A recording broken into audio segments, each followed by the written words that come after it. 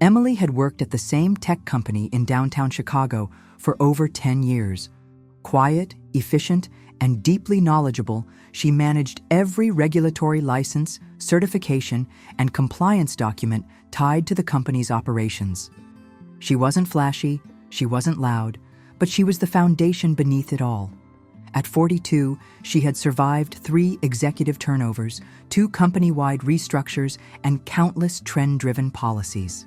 Her office was a small corner filled with labeled folders, post-it notes, and a sense of order. Most people walked past her without noticing, but if her name disappeared from the system, the whole building would go down with it. Then came Tyler. Mid-30s, marketing degree energy, always in a fitted blazer, and with that smile that tried too hard. "We're bringing in fresh air and fast minds," the CEO had announced. Tyler was the new director of operations, and from the moment he arrived, everything started to change.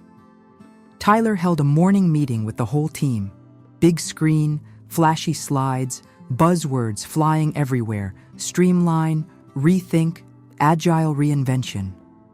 He moved around like a motivational speaker, and then he said it. Some roles in this company are legacy. They served their purpose, but now we evolve. He looked straight at Emily. "Thank you for your historical contributions." She didn't react, just blinked slowly and took a sip from her coffee mug. That night, Emily stayed late. She didn't have to, but something told her it was time. She opened her laptop, accessed the company's internal license registry, the one she had built from scratch, and verified every entry. 43 active licenses, each tied to her name, each with federal validation, time-stamped, coded, and linked to her employee ID. Without those credentials, the company couldn't legally operate. She backed up the database, encrypted it, renamed the file to something innocent, Q3 birthday list, and saved it to a private cloud account. She also printed a highlighted copy of her employment contract. Section 9, Clause D. In the event of involuntary termination, all operational licenses registered under the employee shall be considered invalid within 48 hours. The next morning, she walked in calmly. Tyler had pinned a poster near the coffee machine. "Compliance isn't complacency," in Comic Sans. He smiled as she passed, then called for another company-wide meeting. "This week we'll start our realignment interviews," he announced. "Every employee will reapply for their role. It's a bonding experience." One by one, people were called into glass-walled rooms. Younger employees came out beaming. "Tyler really sees me," they whispered. "He gets it." Emily's turn came last. She didn't bring a resume. She didn't need one. 10 years, huh?" Tyler said without looking up. "Yes," she replied calmly. "We value that institutional knowledge." He tapped on his keyboard. An org chart appeared. Her name was crossed out under regulatory oversight. Next to it, open for reassignment. Then he opened another tab titled Q3 License Delegation Plan. Emily saw the comment thread, "Can we shift these tasks to someone younger?"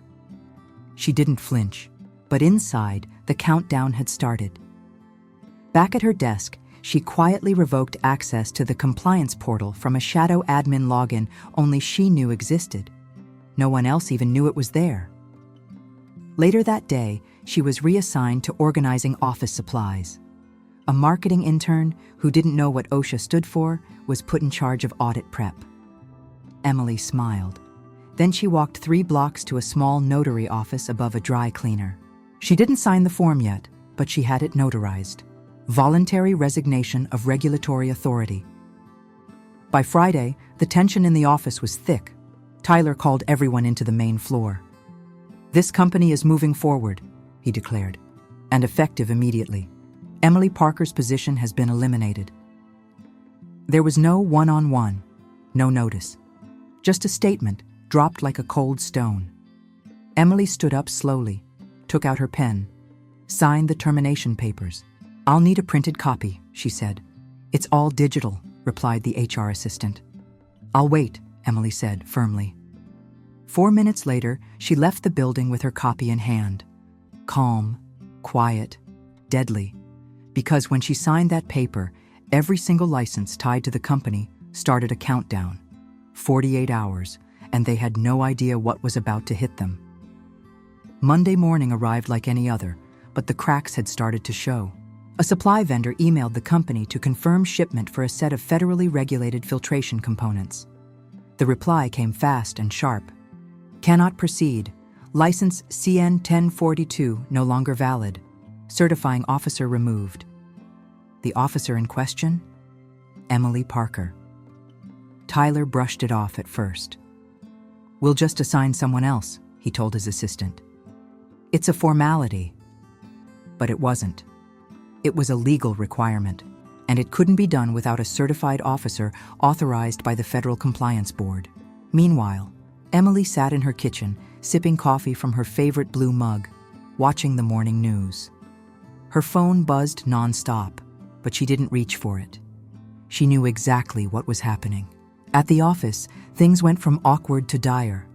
The compliance dashboard Emily had built lit up like a Christmas tree, flashing red alerts, invalid credentials, unlinked certifications. Tyler called for IT. They couldn't get in. Access was restricted, and no one knew how to reverse it. "Just reset the dashboard," Tyler barked. "We can't," said a nervous analyst named Rachel. "We need someone with reauthorization privileges." That was Emily. "What do you mean was?" "She was the only registered certifying officer. There's no backup." Tyler tried logging in with her old credentials. Denied. He called the compliance board's helpline and was told the same thing. "Your previous certifying officer has formally relinquished her authority. Reinstatement requires full recertification. Estimated time frame, 4 to 6 weeks. He rubbed his temples. "Why the hell didn't anyone flag this?" "Emily was the one who flagged things," Rachel said softly. Legal scrambled to review her exit paperwork. That's when someone finally noticed Section 9, Clause D, highlighted in yellow ink and initialed. She had activated it the moment she signed. By Tuesday afternoon, 3 more suppliers had halted deliveries. One client filed a formal complaint for breach of contract. Every line of business that relied on federal certification was now frozen. Operations stalled. Budgets paused. Meetings turned to crisis sessions. No one knew what to do. Across town, Emily walked through Lincoln Park in a light coat, the wind brushing through her hair. She stopped at a small bookstore, picked up a mystery novel, and smiled to herself. The city was loud. Her world was quiet. Back at the office, Tyler had become a ghost of his former self. His jokes stopped, his confidence drained, even his blazer lost its crispness. On Wednesday morning, 3 government auditors showed up for a surprise inspection, clipboards in hand, authoritative but calm. "We're here for the quarterly verification," one of them said. "Please direct us to the certifying officer." The receptionist blinked, then panicked. Tyler ran from his office, pale and sweating. "We're handling that transition internally," he stammered. "Sir, without an active certifying officer, we cannot proceed. Continued operation without compliance is a federal violation." The auditors left, but they left behind a formal citation. That afternoon, the company's biggest client terminated their contract. The reason was clear: non-compliance with federal operational standards, license expired, no registered replacement. Tyler locked himself in his office. Greg Simmons, the CEO, had just returned from a week-long retreat in Arizona. Tan, relaxed, and clueless. He stepped off the elevator, smiling, waving at employees who barely looked up. "Hope you guys didn't burn the place down while I was gone," he joked. Then he saw the inbox. 4 unread emails flagged critical. One with the subject line, "Immediate action required, federal licensing suspension." He barged into the operations floor. "What the hell is going on?" he asked. All heads turned to Tyler. Greg opened the termination report on the big screen. Emily Parker's name stared back at him. Under certifying officer, it now read, "None." You fired the one person with every license under her name? Greg asked, not loud, but cold. Tyler tried to speak. He couldn't. Greg didn't yell. He didn't need to. He simply said, "Fix it, now." But deep down, even he knew. It might already be too late. By Thursday, the office felt like a sinking ship. The hum of keyboards was gone, replaced by whispered panic and the soft tap of shoes pacing in hallways. The once busy operations floor now looked like a waiting room before a storm. Tyler, who used to strut through the halls with confidence, now barely spoke. His perfectly styled hair was a mess, and the sleeves of his shirt were rolled up. Not for work, but from stress. The dashboard Emily had built, the one no one paid attention to while she was there, was in full meltdown. Licenses flagged as inactive, certifications marked as orphaned, federal databases rejecting automatic updates. Every audit sync failed. Every compliance report bounced back. No one could override it. No one had the credentials. And the woman who did was gone. Meanwhile, Emily sat at her favorite corner table in a quiet cafe near Lakeview. She sipped her espresso, reading the news on her tablet. One article caught her eye. Chicago tech firm faces federal compliance crisis. She smiled faintly, then returned to her book. Back at the company, Greg summoned a full executive meeting. Everyone was there: legal, finance, operations. Tyler stood at the back, avoiding eye contact. Greg projected the compliance dashboard on the big screen. It was a wall of red. He turned to legal. How exactly did we not know this was coming? The legal advisor opened a folder. She activated a clause in her contract. It was valid, signed, and notarized. Her termination triggered automatic license revocation. And she documented everything. Greg read the printed email Emily had sent days earlier. Calm, polite. Attached were the screenshots of their now disabled system and a copy of her signed exit clause. Greg sighed. She left a roadmap, and we ignored every sign. "Can we get her back?" someone asked quietly. "Not easily," another replied. "She's not answering calls." Greg turned to Tyler. "You fired her." Tyler looked up, drained. "I thought we could replace her. I thought anyone could do it." Greg stared for a moment, then left the room. That evening, Greg had a proposal drafted, a 6-month consulting contract for Emily. High pay, full authority, discretion guaranteed.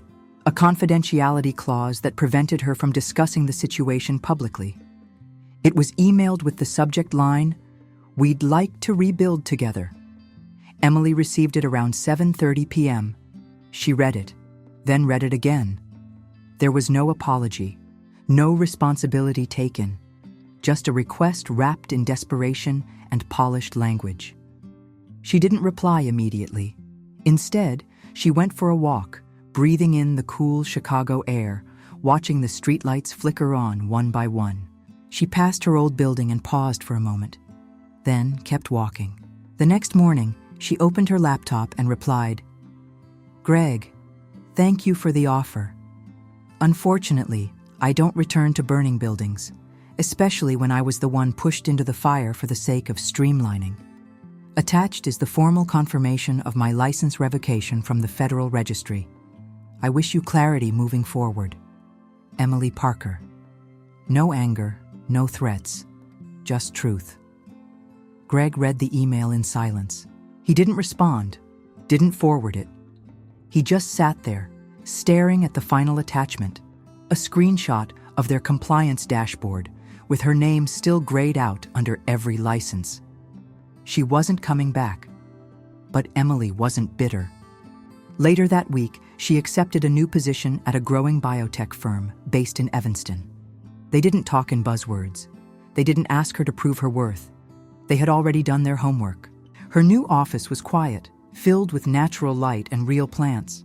Her name was already on the door.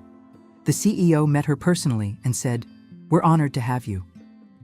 2 days after she started, her new company secured 2 major contracts, clients who had just left her former employer. The reason stated? Unmatched regulatory confidence with Emily Parker as director. Back at her old company, the fallout continued. Legal fines increased daily. Vendors dropped one by one. Compliance appeals were choked in red tape, and morale non-existent. Tyler was moved to special projects, which meant an empty desk and no responsibilities. His company card was disabled, his parking spot reassigned. Emily, meanwhile, spent her mornings calmly reviewing systems, sipping black coffee, and watching her new team build something real. Above her monitor, pinned with a single gold thumbtack, was a yellow sticky note. No emojis, no decoration, just 5 handwritten words: "I was the license." And every day, she smiled. Monday morning came, and the smell inside the old company building had changed. Not just the coffee. It was stress, stale air, and something worse: shame. Everyone moved slower. Eyes darted toward screens, but no one spoke much. Greg Simmons, once proud and polished, now looked worn. His signature silk shirts were wrinkled. He paced from office to office, voice lower, movements heavier. The final blow came at 9:04 a.m. The FDA had initiated a surprise site inspection. It wasn't personal, it was part of their normal rotation. But the timing? Perfectly cruel. The receptionist buzzed operations. 3 federal inspectors are here. They're asking for the certifying officer. Dead silence followed. Someone ran to legal, someone else to IT. Tyler, now officially stripped of any meaningful title, sat frozen. Nobody moved. Nobody knew what to do. Greg arrived within minutes, tie askew, jaw tight. "We'll get temporary authorization," he insisted. But the legal team shook their heads. That process takes weeks. She was the only registered officer. Her revocation was formalized and irreversible. Greg turned slowly toward the giant screen in the meeting room. The dashboard, once glowing green under Emily's care, now looked like a battlefield. Red everywhere. Inactive tags, license orphaned, renewal status, failed. "We need her back," he muttered. "We tried," HR replied. "She's not responding." Greg sat down, not defeated, just finally aware. "They let her go," he whispered, and she was the one holding the entire system together. Across the city, Emily was choosing between steel-cut oatmeal and pancakes. She smiled, picked both, and poured herself fresh coffee. Her phone vibrated with a news alert. FDA inspection halts operations at Chicago tech firm, pending investigation. She didn't click the article. She didn't need to. She closed her laptop, grabbed her keys, and headed to her new office. The weather was perfect. When she walked in, her team was already waiting. No chaos, no whispers, just calm people doing important work. That afternoon, she received a final email from Greg's assistant. It was marked urgent in the subject line, and inside was a desperate attempt at one last offer. "Please consider a return. Even short term. We're prepared to name a new compliance division after you." Emily read the message, then forwarded it to her personal archive. She didn't reply. Back at her former company, federal investigators now sat in conference rooms, requesting documentation no one could produce. Vendors began to sue for breach of contract. Clients demanded refunds. Executives argued over who was to blame. The company's name trended online for all the wrong reasons. One former colleague wrote her quietly, just one line: "We didn't know how much you did." Emily replied simply, "You didn't want to." Her new office in Evanston overlooked a small park. Her desk faced the window where she could see the leaves beginning to change. 2 weeks in, she had already updated her team's compliance systems, retrained 3 departments, and created a protocol that would save the company thousands annually. But Emily wasn't chasing praise. She never had. That sticky note above her monitor stayed in place. "I was the license." Her new team never asked what it meant. They respected the silence behind it. They respected her. A month later, her old company announced internal restructuring. Translation: more layoffs, more downsizing. Their biggest client went public about the switch to Emily's firm, citing unmatched regulatory clarity as the reason. The headlines shifted. Biotech firm led by Emily Parker secures major government contracts.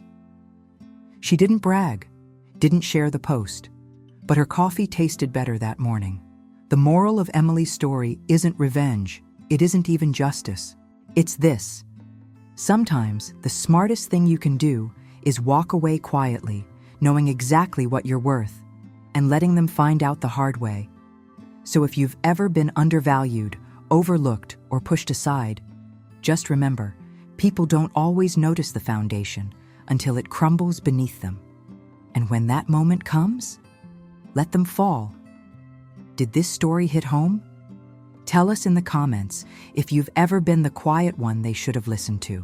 And if you want more stories that celebrate wisdom, experience, and resilience, follow our channel. Because here, we know real power doesn't shout, it builds.